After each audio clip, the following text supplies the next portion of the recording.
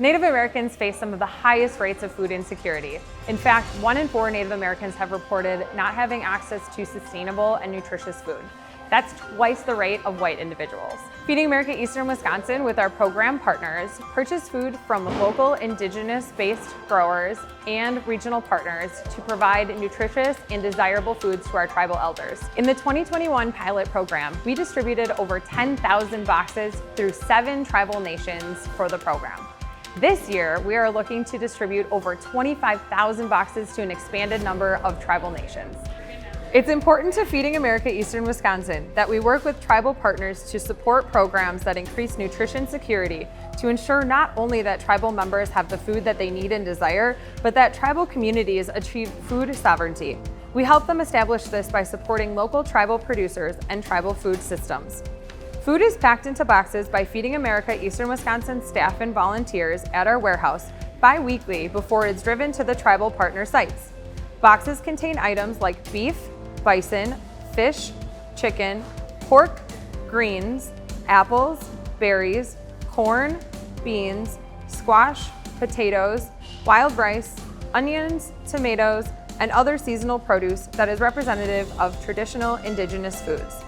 It's been truly inspiring to be a part of this collaboration, having a community come together collectively to address the needs of a population that has historically been overlooked and be able to help them meet their needs. The focus of this whole program is to support Native Americans in our community and across our state. And so right now we're able to reach all 11 sovereign nations, which includes producers from a lot of these nations. And in addition to Native producers, we're sourcing all local. So whatever we can't get from our Native producers, we're using local producers. Many are organic, smaller co-ops in the areas. Eastern side of the state, we're supporting a lot of the Hmong farmers. Being able to make agreements months ago and letting them know, like in September of 2022, we're gonna purchase 1,800 units of something from you, or 3,600 units because we're gonna give them 2 of something.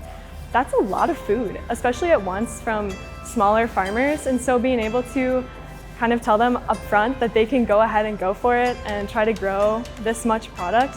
Normally people don't do that. You know, smaller producers are wary. They want to make sure that they don't have excess that they're not going to be able to sell, because it's a lot of work to grow that much food.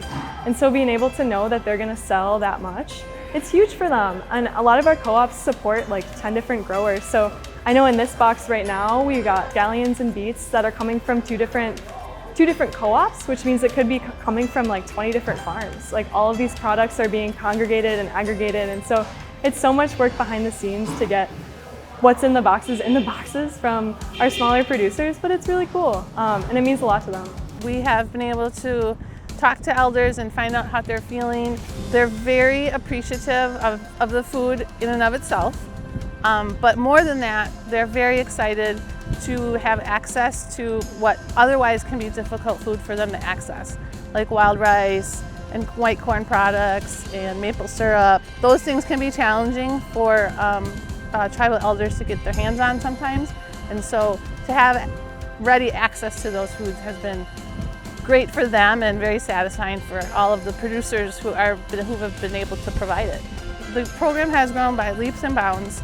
If we can get this program funded permanently and on a long-term basis, we can then get Indigenous producers to invest in capital, to put in new wash and pack systems, to buy more equipment because they know that this customer is going to be a long-term customer. So it's awesome to get food to elders, and it's equally as awesome to support our Indigenous and local farmers and producers.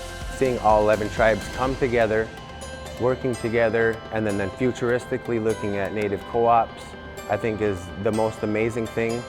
Being on the front lines, I like to be there, right there with everybody. You can see the smiling faces. People appreciate the boxes. The Tribal Elder Food Box couldn't have been coming at a better time. We just lost power for about 4 days, some people 5. We've been doing community efforts, getting more food out, but adding more supplement, the Tribal Elder Food Box, great healthy options, nice Indigenous options. A lot of people are getting involved, and if you ever get the chance to come volunteer and be a part of that, it's really special.